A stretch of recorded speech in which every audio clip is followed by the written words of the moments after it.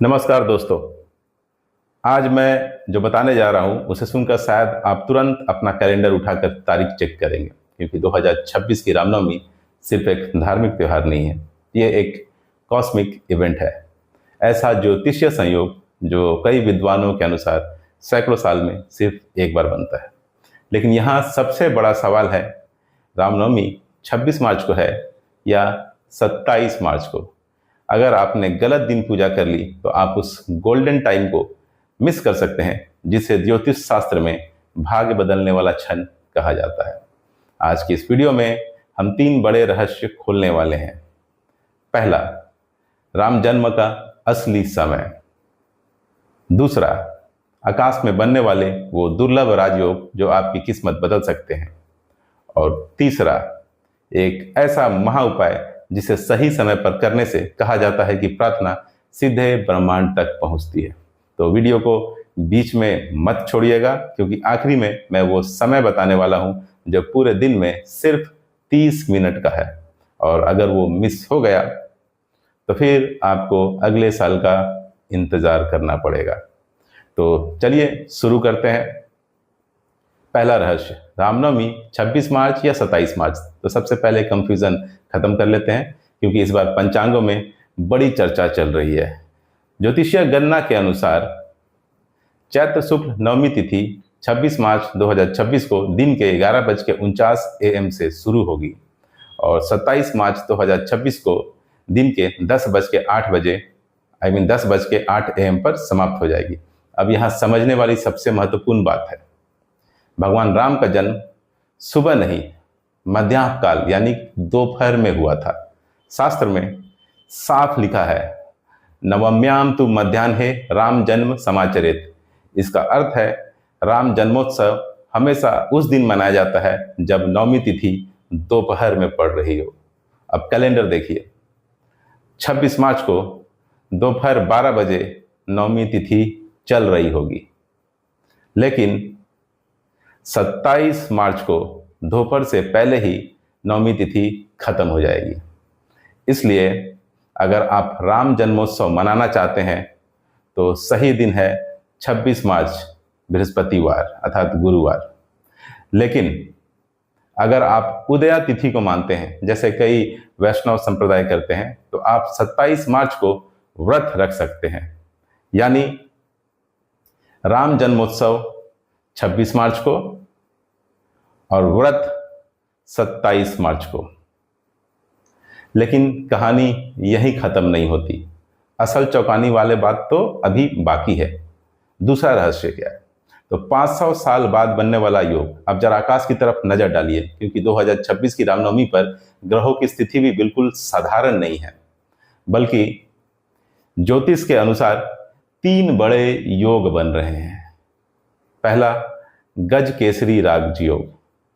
गज केसरी राजयोग, इस दिन देवगुरु बृहस्पति और चंद्रमा मिथुन राशि में एक साथ होंगे। इसे कहते हैं गज केसरी राजयोग।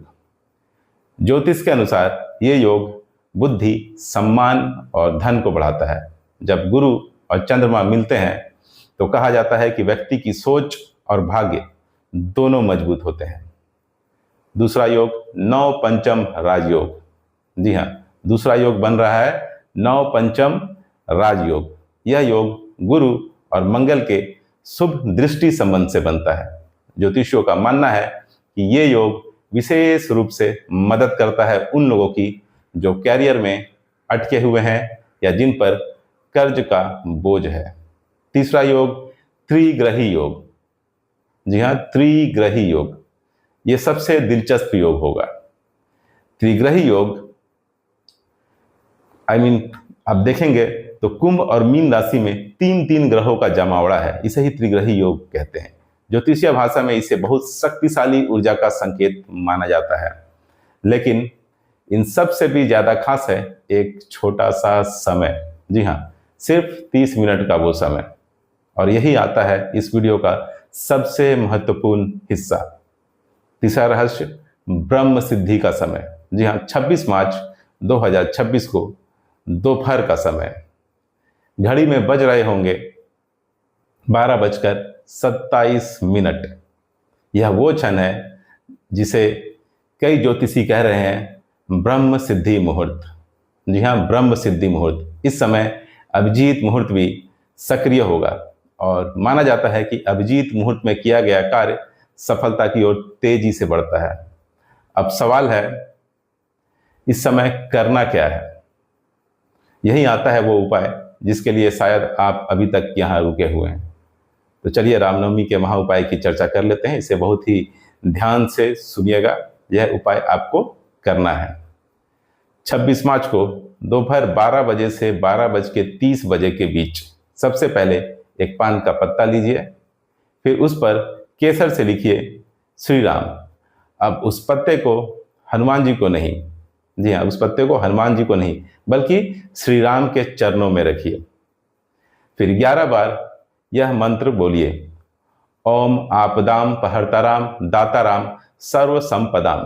कहा जाता है कि रामनवमी के दिन यह मंत्र विशेष रूप से शक्तिशाली हो जाता है और जब इसे अभिजीत मुहूर्त में बोला जाता है तो माना जाता है कि प्रार्थना सीधे स्वीकार होती है।